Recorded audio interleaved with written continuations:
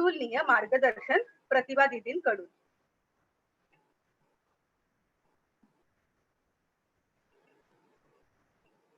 शांती. आध्यात्मिक प्रवासाच्या आजच्या या तिसऱ्या टप्प्यामध्ये विशेष रूपाने आपण जाणून घेणार आहोत, ज्यासाठी ही ब्रह्माकुमारी संस्था खूप प्रसिद्ध आहे, राजयोग मेडिटेशन. की राजयोग म्हणजे काय आणि हा योग कसा करायचा. त्याआधी आपण गेल्या 2 दिवसांमध्ये आपण जे पाहिलं ऐकलं त्याची थोडीशी रिव्हिजन करूया.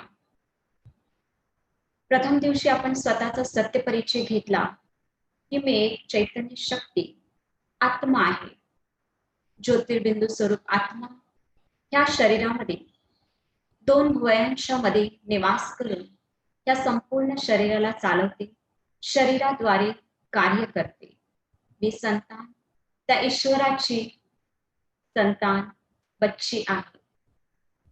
कालच्या सत्रामध्ये आपण पाहिलं की ज्या पद्धतीनं मी आत्मा ज्योतिर्बिंदू स्वरूप आहे, त्याच पद्धतीनं माझा पिता ईश्वर, अल्लाह, गॉड, प्रभू, देव हा देखील ज्योतिर्बिंदू स्वरूप आहे.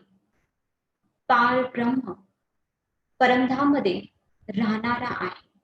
त्याचबरोबर गुण आणि शक्तींचा सागर आहे, ज्ञानाचा, आनंदाचा, सुखाचा सागर तो शिव परमात्मा आहे. आपण जाणलं त्याचं नाव परमपिता शिव परमात्मा आहे. त्याचबरोबर आपल्याला सृष्टीच्या आदी मध्य अंताचं ज्ञान देणारा देखील तो निराकार ज्योती परमात्मा आहे. आजच्या सत्रामध्ये आपण जाणणार आहोत की राजयोग कसा करायचा. योग म्हणजे काय, तर बघा, योग म्हणजे काय. समाजामध्ये वेगवेगळ्या प्रकारचे योग आहेत. ज्या पद्धतीनं भौतिक योग, भौतिक योग ह्यास म्हटलं जातं जेव्हा आपला योग एखाद्या वस्तूशी लागतो, पदार्थाशी लागतो. योग म्हणजे मिलन, सोड, आठवण. जसं मार्केटमध्ये एखादा नवीन मोबाईल लॉन्च झाला तर माझा बुद्धियोग त्याच्याशी लागतो की मला तो मोबाईल घ्यायचा आहे. तर हा जो पदार्थाशी आपला योग आहे, त्याची आठवण आहे, त्याला भौतिक योग म्हटलं जातं. त्याचबरोबर आहे लौकिक योग, जे आपण आपल्या संबंधींना, आपल्या नातेवाईकांना आठवतो, त्यांची आठवण करतो, त्याला म्हटलं जातं लौकिक योग. आणि अलौकिक योग तिसरा आहे अलौकिक योग. आजपर्यंत आपण ज्या देवीदेवतांची पूजा करत आलो, अर्चना करत आलो, महिमा करत आलो, त्या देवीदेवतांची जी आठवण आहे, गायन आहे, पूजन आहे, हे अलौकिक योगामध्ये येतं. परंतु आज आपण या सगळ्या योगांपेक्षा वेगळा भिन्न असा योग राजयोग ह्याला जाणून घेणार आहोत. प्रथम आपण पाहूया ह्याला राजयोग का म्हटलं गेलं. असं याच्यामध्ये काय आहे ज्याला सगळ्या योगांचा राजा म्हटलं गेलं. राजयोग, कारण राजयोगाची ही विशेषता आहे की जेव्हा आपण राजयोग करतो, आपल्या जीवनामध्ये हा योग येतो, तेव्हा आपण राजा बनतो. कुणाचे, कोणत्या राज्याचे, तर प्रथमतः आपण स्वतःचे राजा बनतो. आपल्यामध्ये एवढी कंट्रोलिंग आणि रुलिंग पॉवर येते, नियंत्रण शक्ती येते. बऱ्याचदा जीवनामध्ये तुम्हाला अनुभव आला असेल, आपण म्हणतो मला तिथे माझ्या मुलाला एवढं बोलायचं नव्हतं, त्याच्यावरती हात उचलायचा नव्हता, परंतु त्याने असं काय केलं की माझं स्वतःवरती नियंत्रण राहिलं नाही. म्हणजे आपल्याला करायचं नाही तरीही आपल्याकडून होतंय. म्हणजेच माझं स्वतःवरती संपूर्ण नियंत्रण नाही. परंतु राजयोग केल्यामुळं आपल्या पाचही कर्मेंद्रियांवरती संपूर्ण नियंत्रण प्राप्त होतं. म्हणजेच आपण स्वतःचे राजा बनतो. ज्यावेळी मला जे पाहायचं आहे, जे ऐकायचं आहे, जे बोलायचं आहे, हाताने जे श्रेष्ठ कर्म करायचं आहे, आणि इतकंच नव्हे तर मनाने कोणता विचार करायचा आहे आणि कोणत्या विचारांमध्ये मनाला स्थिर करायचं आहे, किती वेळासाठी ही संपूर्ण शक्ती राजयोगामध्ये प्राप्त होते. त्यामुळं ह्या योगाला राजयोग असं म्हटलं गेलेलं आहे. आपण पाहिलं योग म्हणजे जोड, मिलन. इथे कशाची जोड करायची आहे? तर जसं बघा, आपण एखाद्या व्यक्तीची आठवण केली आणि दुसऱ्या दिवशी किंवा थोड्या काळानंतर त्या व्यक्तीचा फोन आला, आपण म्हणतो काय योगायोग आहे, आम्ही आत्ताच आठवण केलेली किंवा कालच आठवण काढलेली. तर इथे जो योग आहे, ही जी आठवण आहे ती तर आपली ह्या साकार सृष्टीमध्ये एखाद्या व्यक्तीची, वस्तूची अशी आहे. परंतु राजयोगामध्ये जे कनेक्शन आहे ते आहे आत्म्याचं त्या परमात्म्याशी कनेक्शन, जोड, मिलन. तर हा योग सर्वात उंच असा योग आहे. आजपर्यंत आपण फक्त ह्या साकारी सृष्टीमध्ये साकारी वस्तूंशी, व्यक्तींशी जोडत गेलो. परंतु आज आपण ही विधी शिकणार आहोत की आपण मी चैतन्य शक्ती आत्मा त्या हायेस्ट ऑथॉरिटीशी, सर्वशक्तिमान पित्याशी, ईश्वराशी कसं कनेक्ट व्हायचं, त्याच्याशी स्वतःला कसं जोडायचं, हे आज आपण पाहणार आहोत. Next slide. राजयोगाची पद्धती काय आहे, त्याच्यासाठी काय करायचं, तर तुम्ही बऱ्याचदा पाहिलं असेल की जेव्हा आपण मंदिरामध्ये जातो तर आपण काय करतो, चप्पल जी आहे ते बाहेर काढतो. कारण म्हणतात मंदिरामध्ये जाण्यासाठी कातडीचं असं काहीही परमिशन देत नाहीत. तर आपल्याला सुद्धा त्या ईश्वराशी जोडायचं असेल तर कातडी, चांबडी म्हणजे काय आहे, हे देह पण काय आहे, चांबडी आहे. तर आपल्याला ईश्वराशी कनेक्ट होण्यासाठी हे जे देहरूपी आवरण आहे त्याला सोडायचं नाही. ह्यापासून शरीरामध्ये असूनही त्यापासून न्यार व्हायचं आहे, डिटॅच व्हायचं आहे. ते कसं, तर जेव्हा आपण स्वतःच्या स्मृतीमध्ये राहू, स्वतःला ओळखू आणि त्या आत्मिक स्मृतीमध्ये टिकू, तेव्हा हे देहभान विसरून आपण त्या पित्याशी कनेक्ट होऊ. तुम्हाला चित्रामध्ये दिसत आहे, जसं आपल्याला इलेक्ट्रिसिटी फ्लो करायची असेल तर आपण काय करतो, दोन्हीही वायर ज्या आहेत त्याच्यावरचं रबर काढतो आणि रबर काढल्यानंतर त्याला जोडतो. जोडल्यानंतर ऑटोमॅटिक स्विच ऑन केला की इलेक्ट्रिसिटी फ्लो होते. त्याच पद्धतीनं तो जो निराकार परमात्मा आहे तो तर आपल्यासारखा जन्ममरणाच्या चक्रामध्ये येत नाही, तर त्याला तर स्वतःच आवरणच नाहीये. परंतु आपण ह्या साकार सृष्टीमध्ये पार्ट बजावण्यासाठी आपण सर्व आत्म्यांनी हे देहरूपी वस्त्र आवरण धारण केलेलं आहे. तर आपल्याला काय करायचं आहे, त्याच्याशी कनेक्ट होण्यासाठी पहिली जी मेथड आहे, पद्धती आहे, ते आहे स्वचिंतन. स्वचिंतन केल्याने, आत्मिक स्मृतीमध्ये स्थित झाल्याने अगदी सहजरित्या आपण ह्या वस्त्राला विसरतो, त्यापासून ज्ञान होतो आणि ईश्वराशी कनेक्ट होऊन त्याची आपल्याला प्राप्ती होते. दुसऱ्या चित्रामध्ये तुम्ही पाहत आहात, एका पिंजऱ्यामधून पंछी जो आहे तो उडत आहे. हा देहरूपी देखील पिंजरा आहे. आपल्याला पिंजऱ्याला सोडायचं नाही, फक्त ज्ञान व्हायचं आहे. दिवसभरामध्ये कर्म करत असताना वारंवार स्वतःला स्मृती द्यायची आहे की मी एक चैतन्य शक्ती आहे, या शरीरापासून न्यारी अशी आहे आणि त्या शिवपरमात्म्याची संतान आहे. मी कोण आहे, कशासाठी आलेली आहे, कुठून आलेली आहे, ही जर स्मृती दिली तर आपण ह्या पिंजऱ्यामध्ये असूनही जसं काही मुक्त अवस्थेमध्ये असू.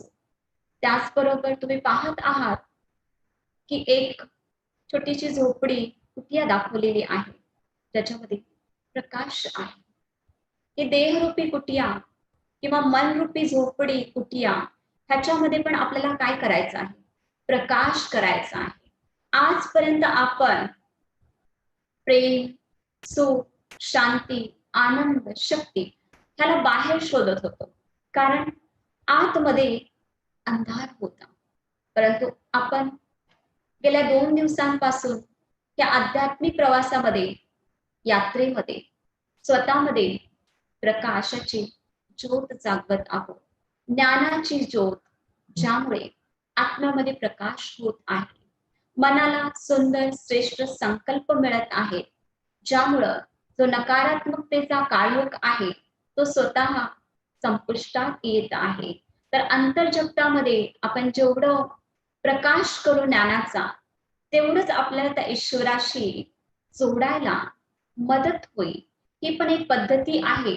दिवसभर आपण जर का नकारात्मक वाचू, ऐकू, पाहू आणि विचार करू की चला आता ईश्वराला आठवण करू, होणार नाही.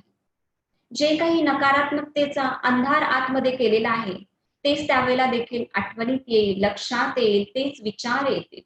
त्यामुळं आतमध्ये शुद्ध संकल्प, स्वचिंतनाचा प्रकाश आत्मारूपी, मनरूपी झोपडीमध्ये आणायचा आहे.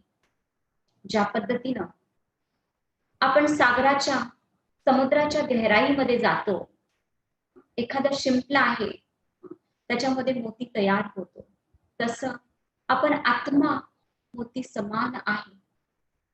जेवढं या अंतर्जगतामध्ये आतमध्ये जाऊ आणि स्वतःला पाहू, मी कोण आहे, कशी आहे, तर हळूहळू काय होईल, तर हे स्वचिंतन आपल्याला परमात्म चिंतन, ईश्वर चिंतन करण्यासाठी खूप मदत करेल. तर ही आहे राजयोगाची विधी आणि विधान. तर हे मेडिटेशन, राजयोगाला इंग्लिशमध्ये म्हटलं जातं मेडिटेशन. तर मेडिटेशन म्हणजे काय आहे? मेडिटेशन म्हणजे प्रार्थना आहे का? नक्कीच नाही. प्रार्थना तर आपण आजपर्यंत करत आलो. आपण सगळेच अनुभवी आहोत. अगदी लहान असल्यापासून शाळेत सुद्धा जात होतो, तरी शाळेची सुरुवात जी आहे दिवसाची, ती आपण सगळेजण प्रार्थनेनं करत होतो. प्रार्थना अगदी पाठ असायची. इच्छा नसतानाही नियम आहे की प्रार्थनेनंच शाळेच्या दिवसाची सुरुवात होणार. आपण ते करायचो. मन तर इकडे तिकडेही भटकत राहायचं. आणि प्रार्थना ही जी आहे, हे वन वे कम्युनिकेशन आहे. फक्त आपण बोलतो, परंतु संबंध जिथे असतो तिथे एक जण बोलतो तर दुसरं जण ऐकतं. समोरचा व्यक्ती बोलत असेल तर त्याच्या समोरचा व्यक्ती ऐकतो. म्हणजे ऐकणं आणि बोलणं या दोन्ही क्रिया होतात कम्युनिकेशन मध्ये. परंतु प्रार्थनेमध्ये तर असं काहीच नाही. तर प्रार्थना म्हणजे मेडिटेशन नाही. ह्याच्याबद्दल ह्या पाठामध्ये आपण पुढे आणखीन जाणून घेऊ. त्याचबरोबर मेडिटेशन म्हणजे एखादा जप तप करणे आहे का? एखादा मंत्र जपणे आहे का? तर नक्कीच नाही. कारण मंत्र जप देखील आपला एकदा पाठ झाला की आपण मुखाने तो बोलत जातो आणि मन इकडे तिकडे पळत जातं, धावत असतं. जसं मी तुम्हाला सांगेन, माझी आजी जप करायची, मंत्र म्हणायची, पण तिचं लक्ष असायचं आम्ही काय करतोय, आमचं काय चाललेलं आहे, आम्ही अभ्यासाला बसलोय तर आमचं अभ्यासामध्ये नेमकं लक्ष आहे की नाही. म्हणजे मंत्र किंवा जाप करणं हे देखील मेडिटेशन नाही.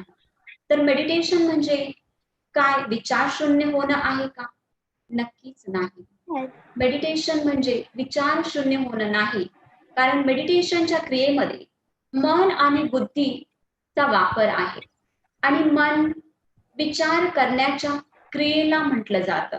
तर मनाला विचार शून्य आपण कधीच करू शकत नाही, परंतु मनाला आपण त्याच्या ज्या विचारांची गती आहे, स्पीड आहे, त्याला नक्कीच कमी करू शकतो आणि विचारांची जी क्वालिटी आहे त्याला नक्कीच सुंदर बनवू शकतो. मला तुम्हाला सांगावंसं वाटतं, या संस्थेच्या आमच्या ज्या मुख्य प्रशासिका होत्या दादी जानकीजी, त्यांना संपूर्ण विश्वभरामध्ये डेल्टा ओमन हा अवॉर्ड प्राप्त झाला होता. डेल्टा वेव्ह, जेव्हा आपण खूप गाढ झोपेमध्ये असतो तेव्हा आपल्या ब्रेनच्या वेव्ह ह्या डेल्टा वेव्ह असतात, परंतु आमच्या आदरणीय जानकी दादींच्या संपूर्ण दिवसभरामध्ये कोणतंही कार्य करताना, कोणतीही ऍक्टिव्हिटी करताना, बोलताना, चालताना त्या सततच डेल्टा वेव्स मध्ये असायच्या आणि संपूर्ण विश्वभरामध्ये केवळ ही अशी एकच व्यक्ती आहे ज्यांची ती स्थिती होती. त्यांना विचारलं गेलं की त्यांची ही स्थिती त्यांनी कशी प्राप्त केली, तर त्यांनी सांगितलेलं की राजयोगाच्या आधारेनेच त्यांची ही सुंदर स्थिती बनली होती.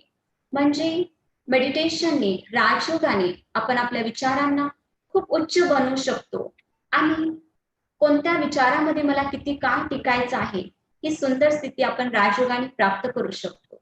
आता प्रश्न येतो, मेडिटेशन राजयोग प्राणायाम आहे का? नाही, मेडिटेशन प्राणायाम देखील नाही. आज समाजामध्ये बऱ्याच वेगवेगळ्या प्रकारचे प्राणायाम शिकवले जातात, ज्याच्यामध्ये आपण वेगवेगळ्या शारीरिक क्रिया करून आपल्या मनाला, बुद्धीला स्थिर करण्याचा प्रयत्न करतो. जसं कोणी श्वासावरती नियंत्रण ठेवून किंवा आपलं मन ध्यान लावून मनाची स्थिरता थोड्या काळासाठी प्राप्त करतं. परंतु प्राणायाम जे आहे ते फक्त आणि फक्त या शरीराशी कनेक्टेड राहून केलं जातं. प्राणायाम हे शरीरासाठी, आरोग्याला स्वस्थ ठेवण्यासाठी आवश्यक आहे, फायद्याचं आहे, परंतु प्राणायाम हे मेडिटेशन नाही. राजयोग हे या शरीराशी नाही, या साकार सृष्टीशी नाही, परंतु ईश्वराशी कनेक्शन आहे. तर ही प्रार्थना पण नाही, विचार शून्य होणंही नाही आणि प्राणायाम, मंत्र, जप देखील नाही. तर मेडिटेशन म्हणजे काय आहे? तर मेडिटेशन, राजयोग हा सुंदर एक आठवण आहे, याद आहे, एक कनेक्शन आहे. त्याआधी आपण पाहूया की आठवण करण्यासाठी कशाची आवश्यकता आहे. तर बघा, समाजामध्ये असंख्य लोक आहेत, आपण सगळ्यांचीच आठवण करत नाही. ज्यांचा आपल्याला परिचय आहे त्यांचीच आपण आठवण करतो. त्याचबरोबर जेवढ्यांचा परिचय आहे तेवढ्यांना आपण प्रत्येक दिवशी आठवण नाही करत. त्या परिचयामध्ये पण ज्यांच्याशी आपला जवळचा संबंध आहे त्यांची आपण आठवण करतो. त्या संबंधामध्ये पण ज्यांच्याशी आपला विशेष स्नेह, प्रेम आहे त्यांची आठवण करतो. त्याच्यामध्ये पण ज्यांच्याकडून आपल्याला विशेष प्राप्ती होते त्यांची जास्त आठवण करतो. तर एखाद्याच्या आठवणीसाठी परिचय, संबंध, प्राप्ती, स्नेह ह्या गोष्टींची आवश्यकता आहे आणि प्रत्येक ह्या आठवणीच्या क्रियेमध्ये आपण पाहूया की कोणती आठवण जी आहे ती सरळ आणि सोपी आहे. परिचयाच्या आधारावरती आपण जी आठवण करतो त्या आठवणीमध्ये थोडीशी मेहनत आहे, कष्ट आहे, कसं? तुम्हाला एक छोटस उदाहरण देऊन सांगते. बघा, कधी आपल्या घरामध्ये एखादं फंक्शन आहे, प्रोग्राम आहे, आपण कार्यक्रम आयोजित केलेला आहे. आपण काय करतो? त्या कार्यक्रमाला कोणाला आपल्याला निमंत्रण द्यायचं आहे, त्यांची एक यादी बनवतो, लिस्ट बनवतो की कोणाला आपल्याला बोलवायचं आहे. आणि ती लिस्ट बनवत असताना आपण एकेकाचं नाव आठवतो आणि लिहित जातो. बुद्धीला ताण देतो.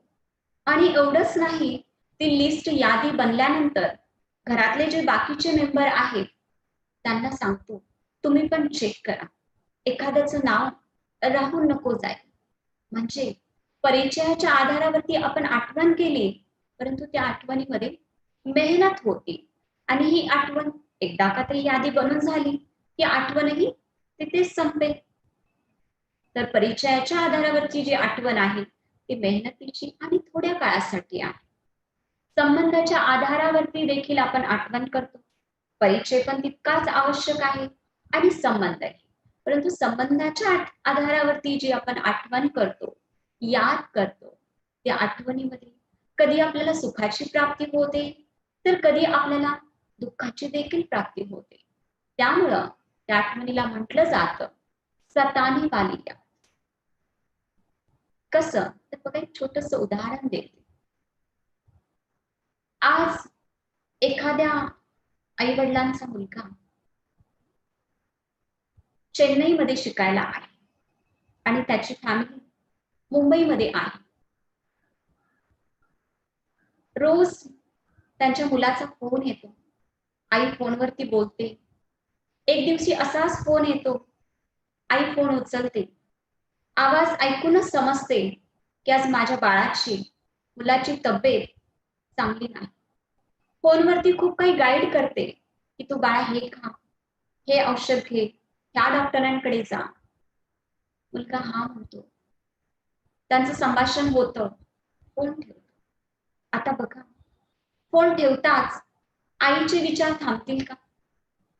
नक्कीच नाही.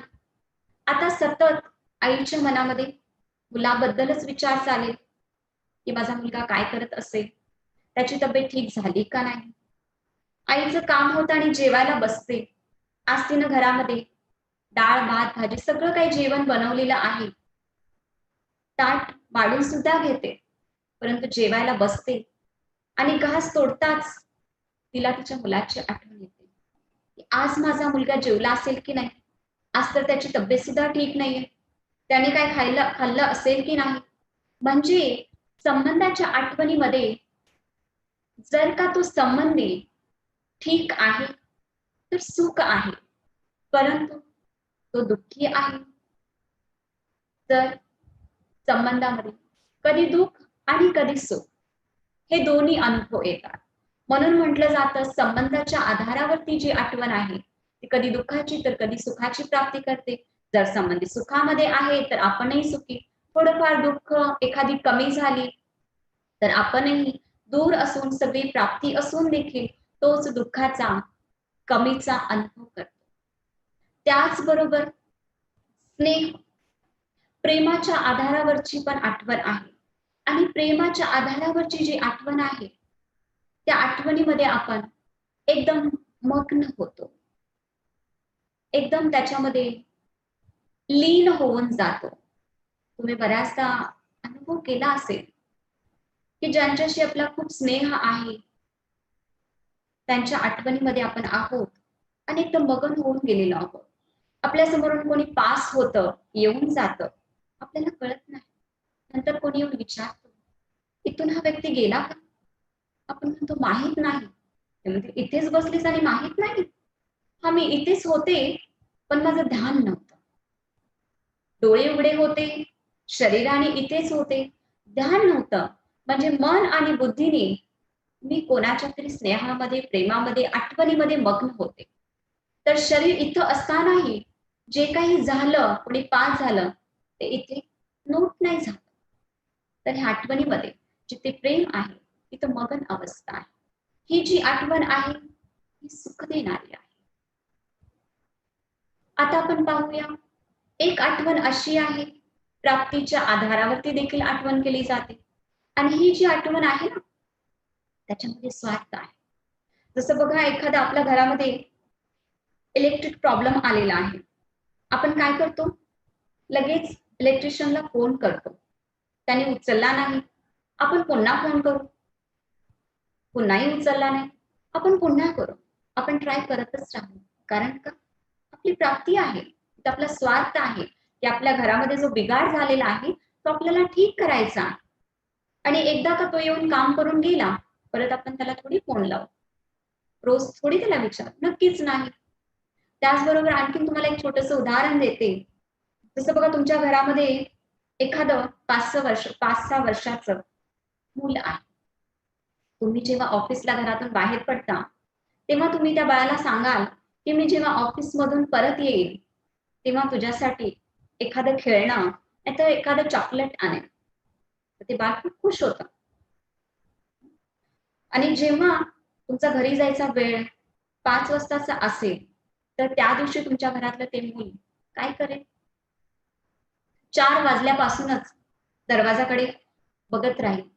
आज माझे बाबा आले नाहीत, आज माझी दीदी आली नाही, मला ती चॉकलेट आणणार आहे, माझ्यासाठी खेळणं आणणार आहे, म्हणून वाट पाहत बसेल. आणि जसं तुम्ही घरी पोहोचता, घरी पोहोचल्याबरोबर तुम्ही जे काही त्याच्यासाठी खेळणं घेऊन गेलेलं आहात किंवा चॉकलेट तुम्ही त्याला देता, एकदा का त्याच्या हातामध्ये ते खेळणं गेलं की ते त्याच्याशी खेळण्यामध्ये मग्न होऊन जातं. मग तुम्ही कोण? म्हणजे तुम्हाला भेटणं किंवा तुमची आठवण त्याची समाप्त होते. कारण ते बाळ जे आहे ते का आठवण करत होतं? त्याच्या बुद्धीमध्ये होतं की तुम्ही जेव्हा घरी जाल तेव्हा त्याला ही प्राप्ती होणार आहे. म्हणजे प्राप्तीच्या आधारावरची जी आठवण आहे ती, आपली प्राप्ती पूर्ण झाली की आठवणही संपते. तर आज आपण पाहूया की आपण ईश्वराला, परमेश्वराला, त्या देवाला कशी आठवण करतो, कधी कधी आठवण करतो. जर का मी तुम्हाला म्हणाले की तुम्ही देवाला कधी आठवण करता, तुम्हाला ईश्वराची आठवण कधी येते, तर तुम्ही सांगा. जेव्हा कोणती कोणती परिस्थिती येते, प्रॉब्लेम येतो जीवनामध्ये, समस्या येते, तेव्हा आम्ही ईश्वराची आठवण करतो. त्याचबरोबर नियमानं देखील आपण ईश्वराची, देवाची पूजा, आठवण करत आहोत. तसा आपला नियम आहे सकाळ संध्याकाळ पूजा करणं. त्या पद्धतीनं देखील आपण आठवण करतो. आणखीन आठवण कधी करतो? तर आपण ईश्वराची आठवण आजपर्यंत भीतीपोटी पण करत आलेलो आहोत की आपण हे कार्य नाही केलं तर माझ्या बरोबर काही चुकीचं नको व्हायला, म्हणून ह्या भीतीने सुद्धा ईश्वराची आठवण करत आलेलो आहोत. एखादा स्वार्थ मनामध्ये की हे माझं कार्य, आज मी जे काही करायला निघालेले आहे त्याच्यामध्ये मला सफलता मिळावी, त्याच्यामध्ये मी सफल व्हावं, यासाठी देखील आपण काय करतो? ईश्वराला आठवण करतो. तर मी म्हटले की आपण आजपर्यंत ईश्वराला नियमाने आठवण करत आलो. एखादी समस्या आहे आणि आपल्याला जेव्हा कळतं की आता आपल्याला कोणताही संबंधी ह्याच्यामध्ये मदत नाही करणार, ज्या पद्धतीने एखादा व्यक्ती जेव्हा मृत्यूच्या दारावरती आहे आणि डॉक्टर सांगतात आता आमच्या हातात नाही, त्या ईश्वराच्या, तेव्हा प्रत्येक जण त्या देवाला आठवण करायला सुरुवात करतो. कोणती एखादी छोटी मोठी समस्या आली तरी आपण त्या ईश्वराला आठवण करतो, नियमाने आठवण करतो. एखाद्या दिवशी सकाळी पूजेसाठी एवढा टाइम नाहीये, समय नाहीये, वेळ नाहीये, ऑफिसला जायची घाई आहे, परंतु नियम आहे, तर नियमाने आपण काय करतो? पूजा चालू असते. मी लहानपणापासून घरामध्ये पाहिलेलं आहे, आई, आजी पूजा करायची आणि पूजा करत असताना तिचं लक्ष असायचं गॅसवरती दूध ठेवलेलं आहे, ते उतू नको जायला, पेपर आला की नाही, मामानी डब्बा भरला की नाही. म्हणजे पूजा करत असताना इकडे तर पूजा चालू आहे, मुखानं आरती पण बोलत आहे, परंतु मन आणि बुद्धी तिच्या रोजच्या जीवनामध्ये व्यस्त आहे. अशा प्रकारे नियमाने पण आपण ईश्वराला आठवण करत आलो. आता आपण बघूया की स्वार्थाने पण आपण ईश्वराला, प्राप्तीच्या आधारावरती पण आपण ईश्वराला आठवण करत आलो. जसं बघा, एखादा विद्यार्थी जेव्हा एक्झाम असेल, परीक्षा असेल, प्रत्येक जण देवाला आठवण करतं. विद्यार्थीच काय, परंतु तुम्ही पण तुमच्या जीवनामध्ये बऱ्याचदा देवाला म्हणाला असाल की माझं एवढं काम पूर्ण कर, तर नक्कीच मी तुला एवढा रुपयांचा प्रसाद करेल किंवा एवढे नारळ चढवेल. म्हणजे आपण स्वार्थापोटी देखील ईश्वराची आठवण करत आलो. आणि इतकंच नाही तर भीतीने सुद्धा आठवण करत आलो. आपला प्रत्येक वर्षी आपली जी कुलदेवता आहे, कुलदैवत आहे, तिथे जाण्याचा नियम आहे. परंतु ह्या वर्षी आपल्याकडे काही आर्थिक अडचणीमुळे आपण जाऊ शकत नाही. परंतु मनामध्ये भीती आहे. प्रत्येक वर्षी जातो, ह्या वर्षी गेलो नाही तर चुकीचं काही व्हायला नको, म्हणून आपण मित्र मंडळींकडून, संबंधींकडून पैसे इकट्ठे करून कुलदैवतेला जाऊन येतो. इच्छा नाही, परिस्थितीही तशी नाही, तरीही आपण ती निर्माण करून जातो. म्हणजे भीतीपोटी आपण आठवण केली, ते कार्य पूर्ण केले. तर आज आपण पाहूया, आपण ही सगळी आठवण करत आलो, जे आपण 4 प्रकार बघितले आठवणीचे. तुम्हाला काय वाटतं, ईश्वराची आठवण कशी असावी? आपण प्रार्थनेमध्ये बऱ्याचदा म्हणत आलो की तू मात पिता हम बालक तेरे, की तू आमचा माता आहेस, पिता आहेस, आम्ही तुझी मुलं आहोत.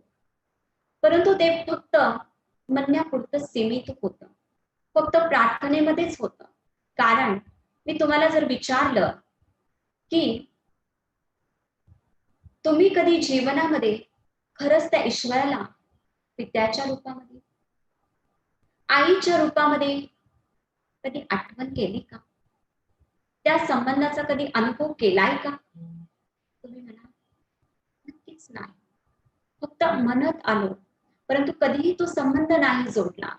आपण ईश्वराशी संबंध नाही जोडला असं नाही, आपण ईश्वराशी संबंध जोडला, परंतु तो संबंध कसा होता? त्याच्यामध्ये खूप अंतर होतं. तो संबंध असा होता, आपण म्हणायचो किंवा म्हणत आहोत आजही की हे मालिक तेरे बंदे हम, म्हणजे तो मालक आहे आणि आपण त्याचे बंदे किंवा त्याचे नोकर, सवड. हा एक अंतरवाला संबंध आपण त्याच्याशी जोडला. ज्या पद्धतीने बघा, तुमच्या घरामध्ये एखादा सर्वंट आहे, काम करणारा कामगार आहे, तो तुम्हाला काही कारणासाठी 200 रुपये मागतो. तुमच्याकडे सुटे नाहीत, 100 रुपये आहेत आणि दुसरी 500ची नोट आहे. तुम्ही 100 रुपये देता आणि सांगता आज ह्याच्यावरती चालव, बाकीचे उद्या दे. थोड्या वेळाने तुमचा भाऊ किंवा तुमचा मुलगा तुमच्या समोर येतो आणि म्हणतो, बाबा, भाऊ, मला आज शाळेमध्ये देण्यासाठी, फीस देण्यासाठी 200 रुपये हवे आहेत. तुमच्याकडे सुटे नाहीत, 500 रुपये आहेत, तुम्ही त्याला 500 रुपये देता. तो म्हणतो, मला एवढे नको आहेत, मला तर फक्त 200 रुपये द्यायचे आहेत, त्याच्यापैकी 100 रुपये माझ्याकडे आहेत, तुम्ही फक्त 100 दिले तरी चालते. तुम्ही म्हणता, नाही नाही, हे 500 ठेव. आता बघा, त्या नोकराला 200 रुपये हवे होते, 100 दिले. मुलाला 100 दिले तरी चालेल, तरी तिथे आपण 500 देतोय. कारण फक्त एवढंच आहे, कनेक्शन, संबंध. नोकराचा जो संबंध आहे तो वेगळा आहे, मुलाशी जो संबंध आहे तो वेगळा आहे. तर ईश्वराशी देखील आपण संबंध जोडला, परंतु त्याच्यामध्ये अंतर होतं. भले आपण मंदिरामध्ये जाऊन, त्याच्या समोर जाऊन खूप काही मागितलं की मला तू एवढी सुख दे, शांती दे, जोपर्यंत आपण मंदिरामध्ये होतो तोपर्यंत आपल्याला त्या सुखाचा, शांतीचा अनुभव होतो. जोपर्यंत प्रार्थना म्हणतो तेवढा काळ थोडंफार आपल्याला शांत वाटतं, परंतु तिथून बाहेर आलो, ते संपलं की परत आपली मनाची स्थिती, स्वतःची स्थिती जशी आधी होती तशीच होते. म्हणजे प्राप्ती जेवढी पाहिजे तेवढी झाली नाही, कारण संबंध. तर ईश्वराला आठवण करण्यासाठी किंवा त्याच्याकडून प्राप्ती करण्यासाठी आवश्यकता आहे त्याच्याशी एक सुंदर प्रेमपूर्ण संबंध जोडण्याचा. जसं तुम्ही बराचसा अनुभव केला असेल, जेव्हा आपल्या एखाद्या व्यक्तीशी खूप चांगला संबंध असतो तेव्हा आपण जे काही आठवण करतो त्याला आठवण केली की जसं काही संकल्प त्या व्यक्तीला पोचतो. माझा स्वतःचा जीवनाचा अनुभव आहे, माझ्या आजीशी खूप चांगलं कनेक्शन होतं. माझी तब्येत इथे जरा का खराब झाली किंवा मला थोडंसं ठीक नव्हतं वाटत तर त्या दिवशी तिला माझी आठवण पोचायची आणि ती घरातल्यांना म्हणायची, फोन लावून द्या, माझं तिच्याशी बोलणं करा. तर ही आहे टेलिपॅथी. संकल्प, आपण एखादा विचार केला तर ज्याच्याशी आपलं कनेक्शन आहे तिथे तो संकल्प पोचतो. तर आपण जेव्हा आपल्या स्वरूपामध्ये स्थित होऊन त्या ईश्वराला आपण आठवण करू परमात्म्याला, तर त्याच्याकडून पण आपल्याला प्राप्ती होईल. परंतु ती प्राप्ती करण्यासाठी आज तेवढं सुंदर आणि स्ट्रॉंग कनेक्शन आपल्याला त्या ईश्वराशी जोडायचं आहे. ते स्ट्रॉंग कनेक्शन, तो संबंध म्हणजे त्याला आपण आपली आई बनवू शकतो, त्याला आपण आपले पिता बनवू शकतो, गुरु बनवू शकतो. त्यामुळे आपण म्हटलेलं आहे, त्वमेव माता च पिता त्वमेव, त्वमेव बंधू सखा त्वमेव. असं आपण म्हणत आलो, परंतु प्रॅक्टिकल जीवनामध्ये कधीही ते संबंध त्याच्याशी जोडले नाही. तो संबंध कसा जोडायचा त्याच्या आधी तुम्हाला एक छोटीशी कहाणी सांगते. एक छोटंसं गाव होतं.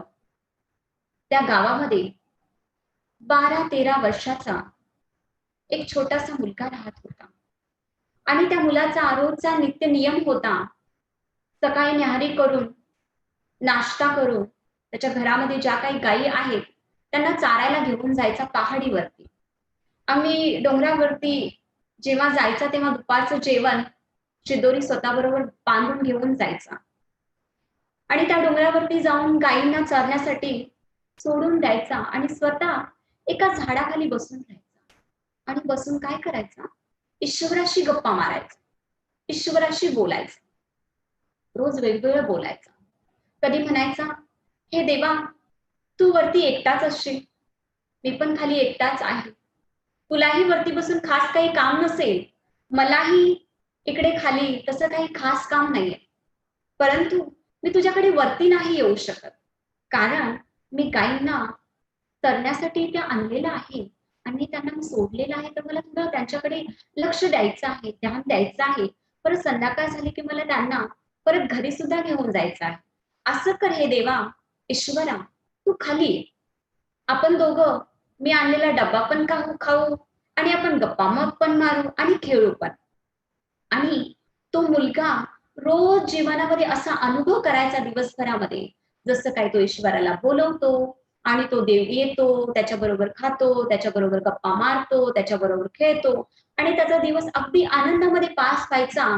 आणि सूर्यास्ताची वेळ झाली की परत तो गायीला घेऊन आपल्या घरी जायचा. एके दिवशी असाच तो झाडाखाली बसून ईश्वराशी बोलत होता.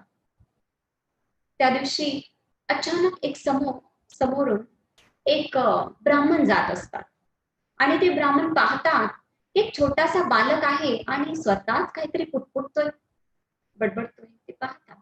तर त्यांना जाणण्याची इच्छा होते आणि ते त्या बालकाजवळ जातात, त्या मुलाजवळ जातात छोट्याने विचारतात, हे बाळा, तू काय बोलतोयस आणि कुणाशी बोलतोयस? तो मुलगा म्हणतो, मी देवाशी बोलतोय. काय बोलतोय? तर तो सांगतो, मी हे बोलतोय. तर ते जे ब्राह्मण आहे तर त्याच्यावरती खूप क्रोधित होतात आणि म्हणतात, ईश्वराशी अशा गप्पा नाहीत मारत, ईश्वराशी असं बोललं नाही जात. तो म्हणतो, मला तर माहिती नाही, मी तो रोज असाच बोलतो. ते म्हणतात, ठीक आहे, मी तुला शिकवतो की ईश्वराशी कसं बोलायचं. बघा, मातीचा गोळा त्याला जसा आकार देऊ तसा तो बनवला जातो. छोटस बाळ, त्याला जे शिकवू ते शिकेल. तो ठीक आहे म्हणतो आणि त्याला ते ब्राह्मण काय करतात, त्याच्या बरोबर 1 तास बसून त्याला एक संस्कृत श्लोक शिकवतात.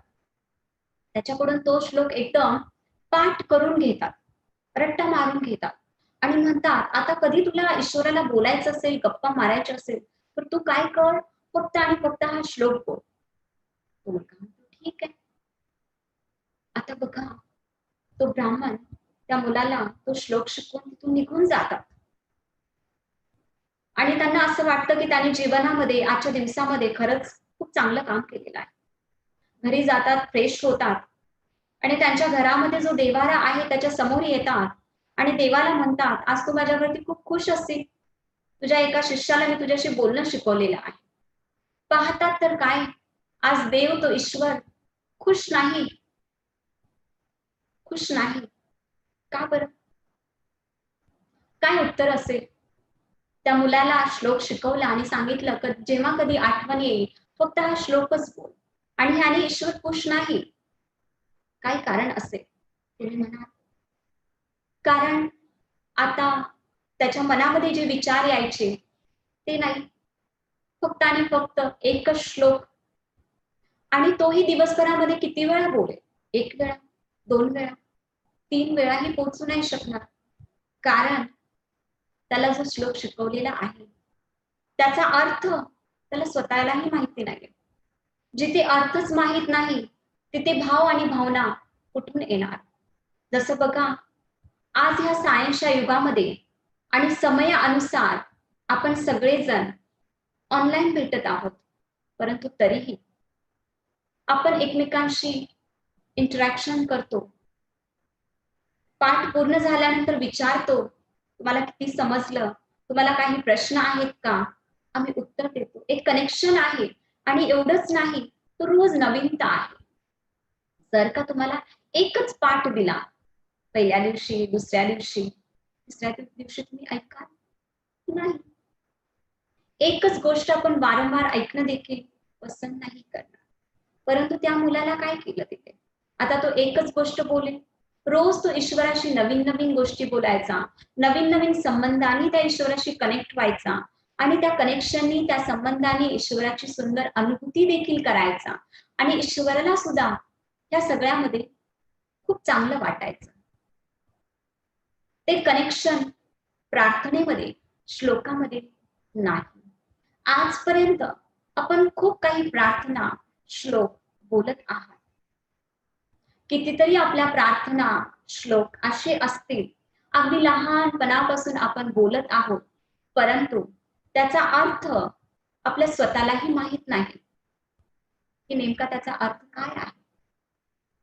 म्हणून मी तुम्हाला म्हटलं की प्रार्थना म्हणजे मेडिटेशन नाही, कारण तिथे फक्त वन वे कम्युनिकेशन आहे. फक्त आपण सांगतो पण समोरून काही रिस्पॉन्स आपण घेत नाही. जसं बघा, आम्ही तुम्हाला इथे ऐकवतो श्रेष्ठ ज्ञान, परंतु तुमचा रिस्पॉन्स घेतो. संबंध आहे तिथे. प्रार्थनेमध्ये संबंध नाही. देवासमोर गेलो, प्रार्थना बोललो, परत चक्कर घालून घरी आलो. तर त्या ईश्वराशी कनेक्ट होण्यासाठी संबंधाबरोबर प्रेम पण, ती अनुभूती आपल्याला करायला हवी आणि मनाने त्याच्याशी जुडणं आवश्यक आहे. केवळ संबंध नाही, समाजामध्ये तर आपला संबंध खूप लोकांशी आहे, परंतु ज्याच्याशी आपला स्नेह आहे त्यांना आपण जास्त आठवण करतो. तर आपल्याला त्या ईश्वराशी एक सुंदर संबंध जोडायचा आहे. तो जर सुंदर संबंध जोडला अगदी मनापासून, तर तुम्हाला जीवनामध्ये खरंच प्राप्ती होईल. आणखीन एक उदाहरण देऊन तुम्हाला मी स्पष्ट करते. एक अली नावाचा छोटासा मुलगा होता आणि त्याला अगदी लहानपणीच त्याच्या वडिलांनी हे शिकवलं होतं की ईश्वर तुझा मित्र आहे, खुदा तुझा दोस्त आहे. आणि त्याला हा पाठ खूप पक्का केला होता. आणि त्याचे वडील काही काळानंतर मृत्यू पावतात आणि त्याचा हा जो पाठ आहे की ईश्वर जो आहे, देव जो आहे तो माझा मित्र आहे, हा पाठ अगदी पक्का होता. तो व्यक्ती, तो मुलगा छोटा ज्या नगरामध्ये राहत होता, त्या नगरामध्ये एक असा काळ येतो ज्या काळी त्या नगराचा राजा खूप आजारी पडतो आणि राजाला लक्षात येतं की आता मी जास्त काळ काही राहणार नाही आणि त्या राजाला स्वतःच वारसासाठी कोणी मूल नसतं. तर तो राजामध्ये, संपूर्ण राज्यामध्ये, नगरामध्ये जाहीर करतो की ज्याला कुणाला राजा बनायचा आहे तो बनू शकतो, परंतु एक अट मांडतो की केवळ एका वर्षासाठी राजा. 1 वर्ष पूर्ण झालं या नगराच्या पलीकडे, नगराच्या मध्ये एक नदी आहे, त्या नदीच्या पलीकडे एक खूप घनदार असं जंगल आहे. त्या नदीच्या पलीकडे जंगलामध्ये जाऊन त्याला राहावं लागेल. 1 वर्षासाठी ज्याला हवं त्याला राजा बनता येईल. जोपर्यंत हा काळ येतो तोपर्यंत हा जो अली नावाचा मुलगा आहे तो बऱ्यापैकी मोठा आणि समजदार झालेला असतो.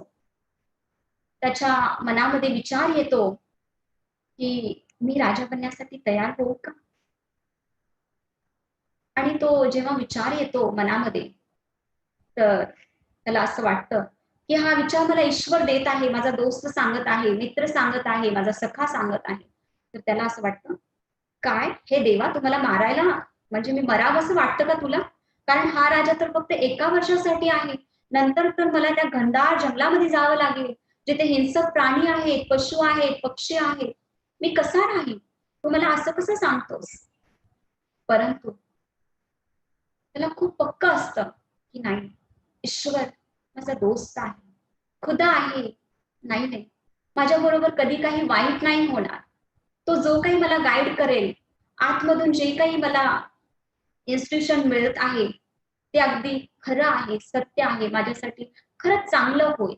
आणि हा खुदा दोस्त ईश्वराला सखा समजून जी काही त्याला प्रेरणा मिळत आहे त्या प्रेरणेला पकडून तो राजा बनण्यासाठी जातो आणि राजा बनतो देखील.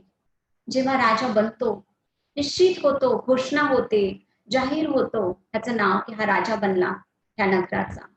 त्याच्या हातामध्ये संपूर्ण ऑथॉरिटी येते, एका नगराचा राजा बनतो आणि त्याला संकल्प येतो, या नदीच्या पलीकडे जे काही घनदार जंगल आहे आणि या नदीमध्ये देखील जे काही मगरमच्छ आहेत, तो काय करतो तर सगळ्यांना ऑर्डर देऊन ते घनदार जंगल साफ करतो.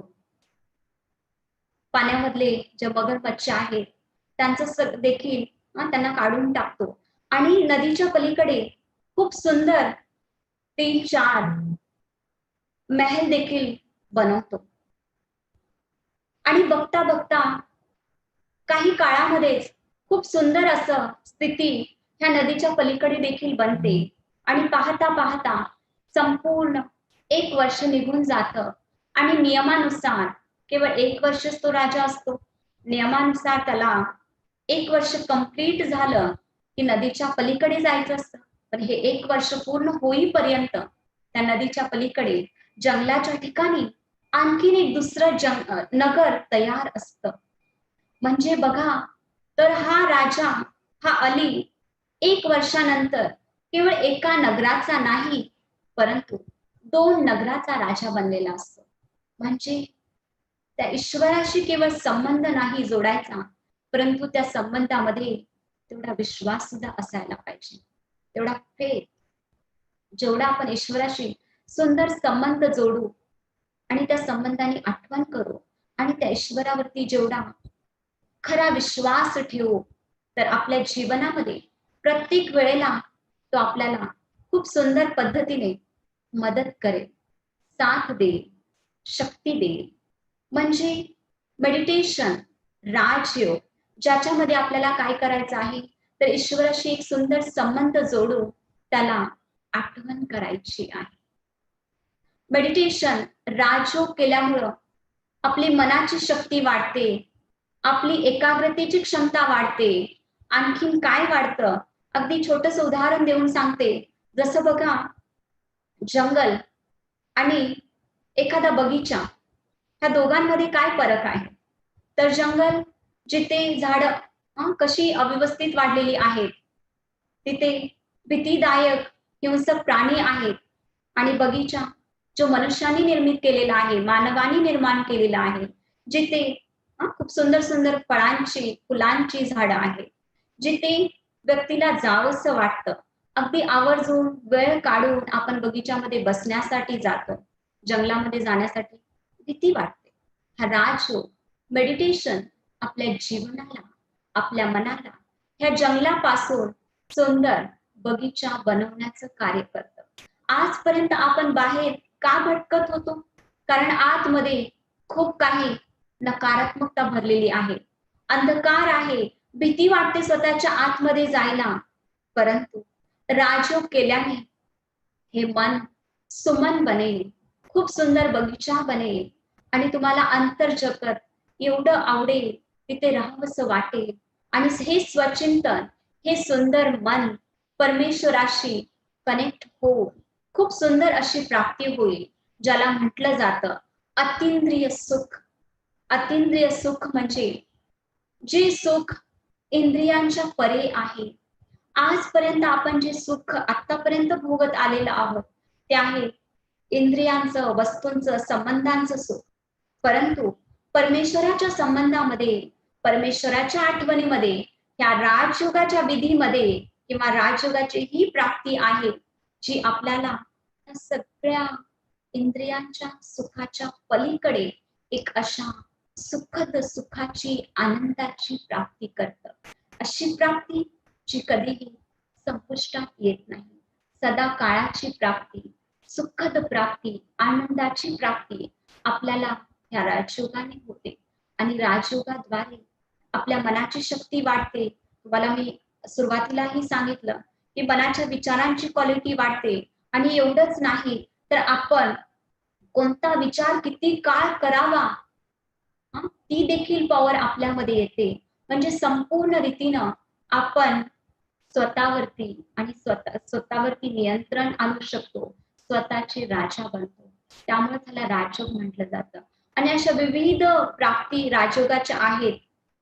समयाची सीमा असल्यामुळे तुम्हाला एवढंच सांगते की राजयोगामुळं दिनोदिन तुम्हाला जीवनामध्ये जर तुम्ही सातत्यानं करत गेला तर तुम्हाला प्रत्येक दिवशी ईश्वराच्या संबंधाची एक वेगवेगळी प्राप्ती होईल, एक वेगवेगळा अनुभव येईल.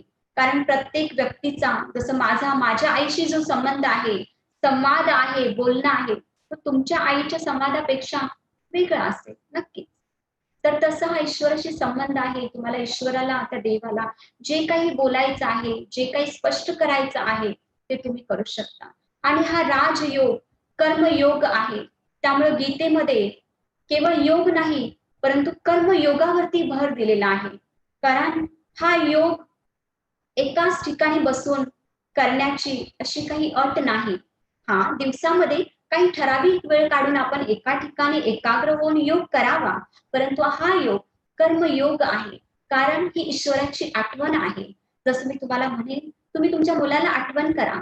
तुम्ही हे नाही म्हणणार की थांबा दीदी, आम्ही डोळे बंद करतो, आम्ही मन एकाग्र करतो आणि नंतर मी माझ्या मुलाची आठवण करेन.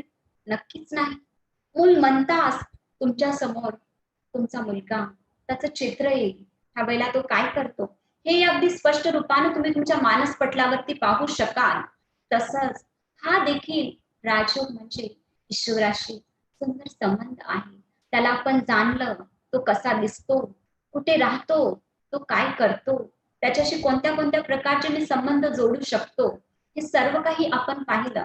तर त्याला आठवण करण्यासाठी देखील अशी कुठली शारीरिक क्रिया नाही की तुम्ही डोळे बंद करावे किंवा एखाद्या आसनामध्ये बसावं. नाही, तुम्ही चालता, फिरता, एखाद्याशी बोलता, कोणतंही कर्म करताना तुम्ही त्या ईश्वराला आठवण करू शकता. म्हणूनच म्हटलं आहे कर्मयोग. आणि जेव्हा आपल्या जीवनामध्ये हा कर्मयोग येईल तेव्हा आपले प्रत्येक कर्मामध्ये कौशल्यता येईल. आपलं प्रत्येक कर्म कुशल आणि श्रेष्ठ होईल. ह्या योगामध्ये ती शक्ती आहे. कारण जेव्हा आपण त्या श्रेष्ठ परमात्माची उच्च ऑथॉरिटीला आठवण करू तर त्याची उच्चता, त्याचे गुण, शक्ती आपल्यामध्ये येतील. तर आपलं प्रत्येक कर्म खूप सुंदर आणि श्रेष्ठ बनेल. म्हणून म्हटलं कार्यकुशलता आपल्यामध्ये ह्या योगाने येते. आणि हा कर्मयोग आहे. त्यामुळे हा योग करताना तुम्ही पाहिलं असेल, आम्ही कधी डोळे बंद नाही करत. जेव्हा तुम्हाला मेडिटेशनचा अनुभव करवतो, कॉमेंट्री देतो, तर डोळे बंद करण्याची देखील आवश्यकता नाही. राजयोगामध्ये कधीही डोळे बंद केले जात नाही. सुरुवातीच्या काळामध्ये तुम्हाला प्रॅक्टिस नाही म्हणून तुम्ही थोडाफार करू शकता. परंतु राजयोगामध्ये डोळे बंद केले जात नाही. कारण मी नेहमी कोर्समध्ये सांगते की डोळे बंद केले तर पूर्ण जग समोर येईल. डोळे उघडे ठेवले तर कमीत कमी फक्त ह्या 4 भिंतीच्या आतलंच तुम्हाला दिसेल. किती दिवस तुम्ही पाहाल माहिती तुम्हाला पडेल. एवढंच आहे. आणि त्या ईश्वराशी कनेक्ट व्हायला मदत होईल. आणि दुसरी गोष्ट कर्मयोग. आईला भाजी कट करताना ईश्वराची आठवण करायची आहे. डोळे बंद केले, भाजी कशी कट करेल, ईश्वराला आठवण कशी करेल त्याच कर्मामध्ये. त्यामुळं डोळे बंद नाही करायचे. कुठलंही असं पर्टिक्युलर आसन नाही, कुठली अशी खास विधी नाही.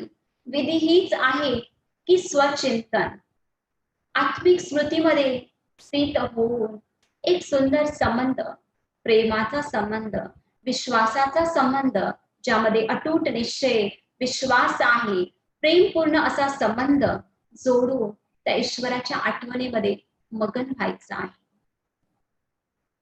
ह्यालाच राजयोग म्हटलं जातं. ह्या राजयोगाच्या बऱ्याच प्राप्ती आहेत. त्या प्राप्ती विशेष रूपानं आपण पुढच्या सत्रामध्ये पाहू की खास आपल्याला कोणत्या शक्ती मिळतात. पण त्याच्या आधी आज आपण ईश्वराच्या परिचयाबरोबर त्याला कशी आठवण करायची हे जाणून घेतलं. तर आता थोड्या काळासाठी, काही मिनिटांसाठी आपण ही सुंदर अनुभूती करूया आणि एक सुंदर आध्यात्मिक यात्रेची सुरुवात करूया की त्या ईश्वराला एक सुंदर संबंध जोडून बघूया काय प्राप्ती होते, काय अनुभव येतो. चला, तुम्ही जिथे कुठे बसला असाल एकाग्र चित्त होऊन शरीराला अगदी रिलॅक्स करून बसा.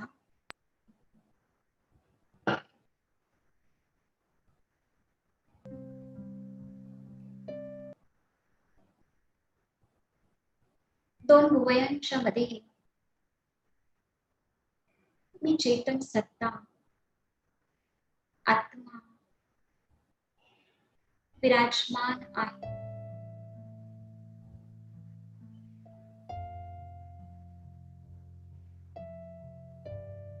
संपूर्ण शरीराला चालवणारी, कर्मेंद्रियांची राजा,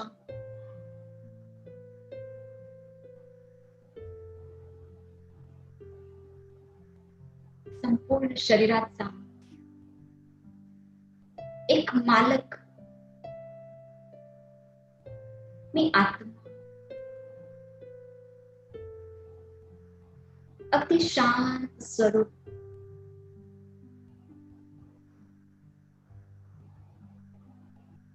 प्रेम स्वरूप, सुंदर एक छोटीशी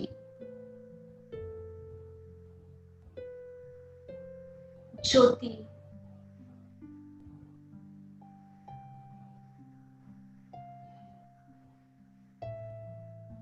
मी आत्मा. ह्या शरीरापासून एक वेगळी सत्ता, अस्तित्व आहे. हीच माझी खरी वास्तविकता आहे.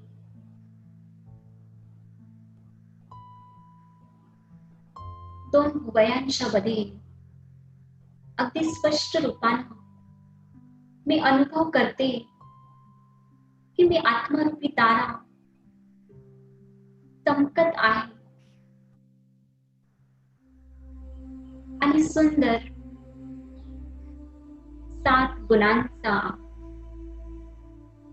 प्रकाश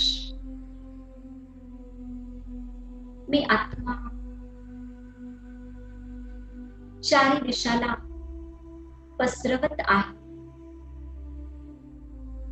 या सुंदर आत्मिक स्मृतीमध्ये, आत्मिक स्थितीमध्ये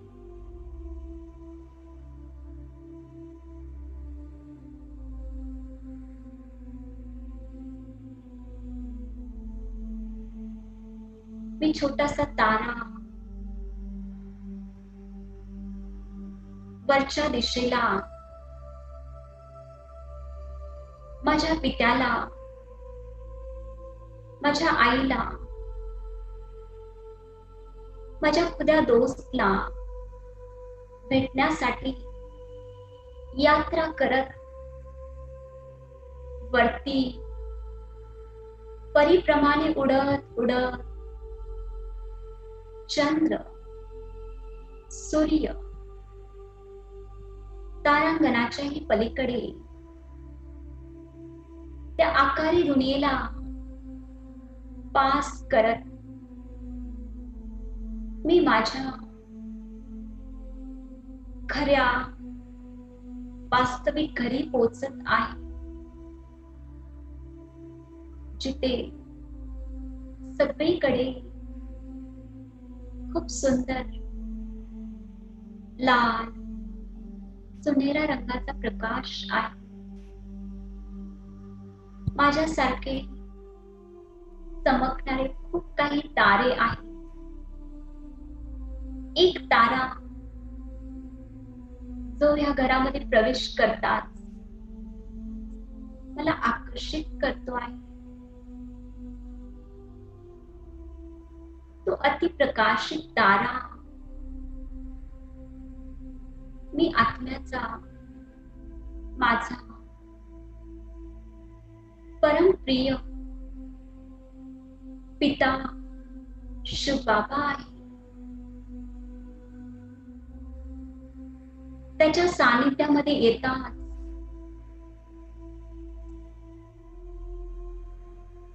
त्याचं प्रेम,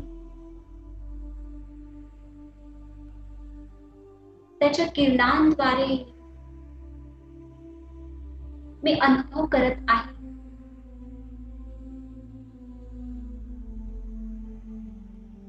शिवपिता शिवबाबा किती निस्वार्थ प्रेम करत आहेत मला.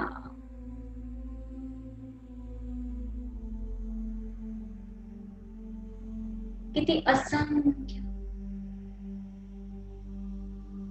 किरणांनी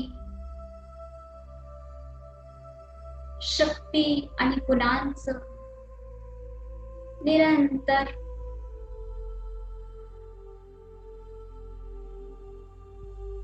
मला भरपूर करत आहे.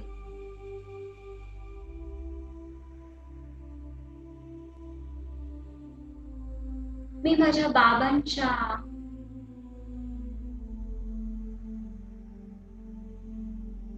प्रभूच्या प्रेमामध्ये अगदी मगन होत आहे. त्यांचा हा किरणांचा स्पर्श मला खूप सुखद, सुंदर, अति उच्च अशा आनंदाची अनुभूती करवत आहे.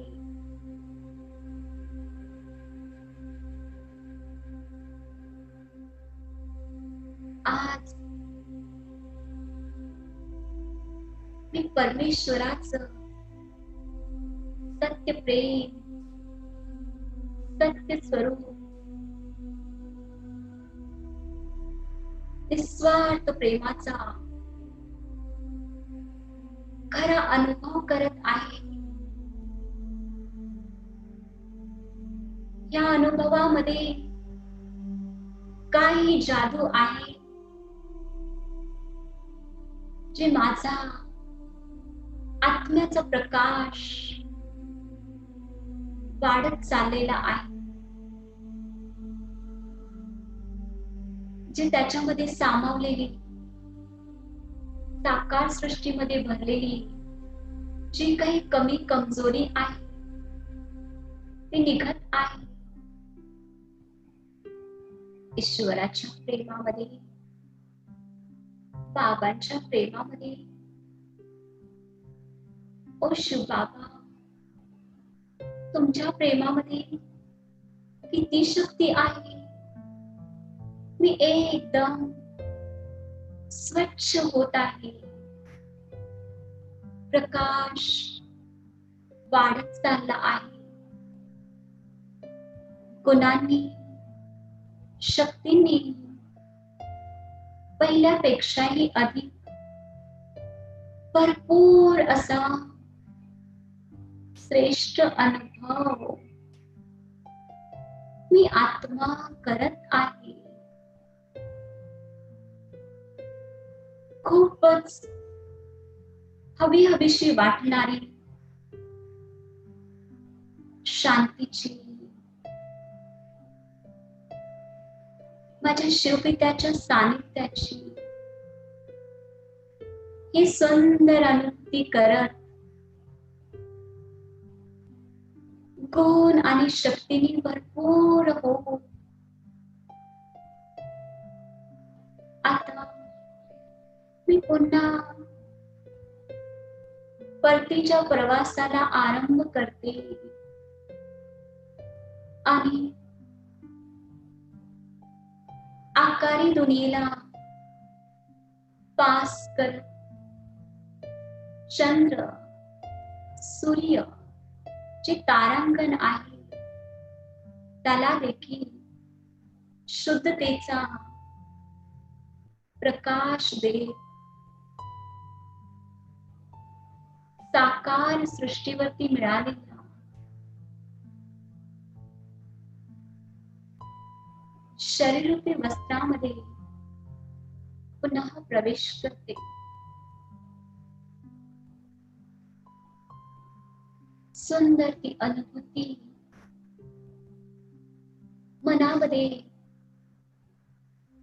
अगदी खोलवर सामावते.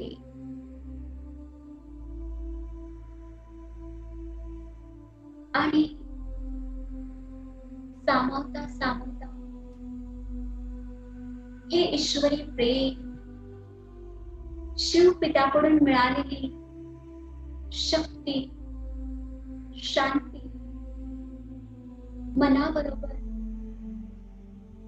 माझ्या तनाला स्वस्थ करत आहे. शरीराचा प्रत्येक अवयव हील होत आहे.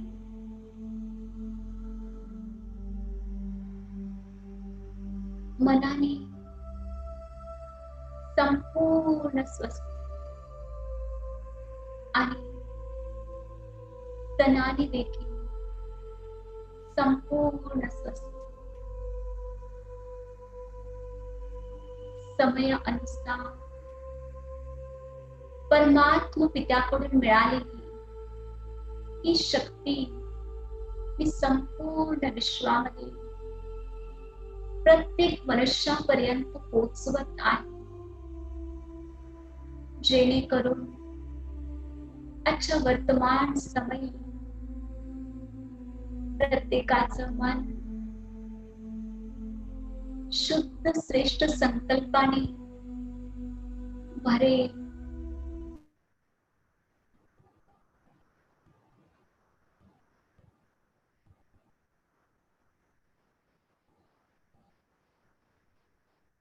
प्रत्येक जण स्वस्थतेचा अनुभव करेल.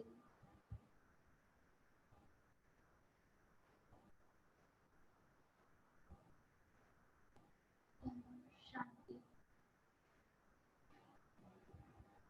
ओम शांती.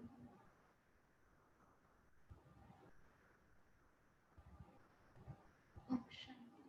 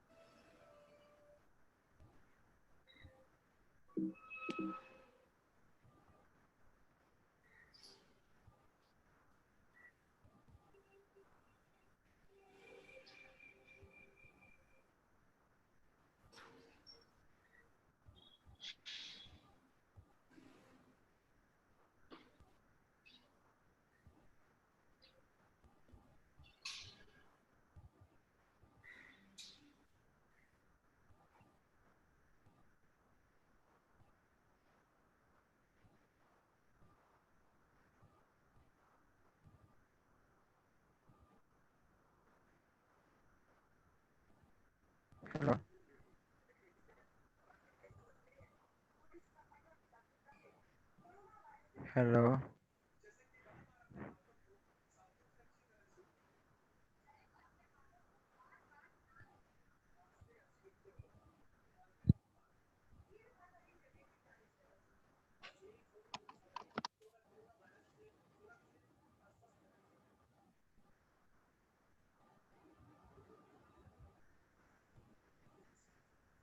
हॅलो आता आवाज आला मला. दीदी, आज इतके सुंदर मार्गदर्शन आम्हाला आपण केलेत की आमचा वेळच सफल झाला.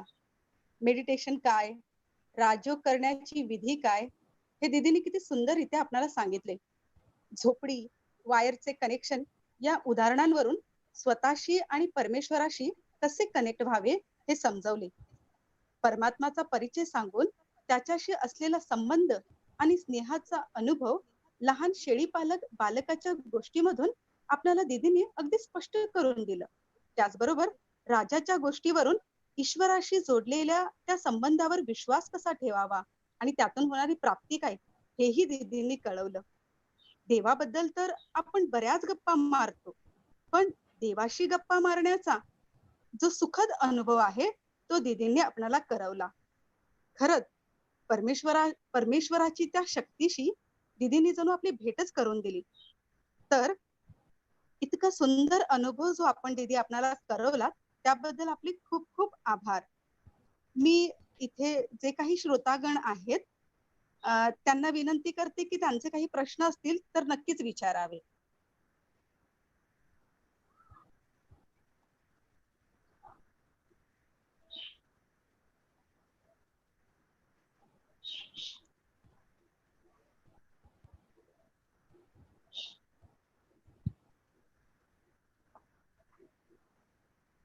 दीदी, मला असं वाटतंय की सगळ्या श्रोतागणांना खूप चांगल्यापैकी तुमचं जे काही मंतव्य आहे किंवा जे काही मार्गदर्शन आहे ते कळत आहे, त्यामुळे इतके प्रश्न येतच नाहीयेत.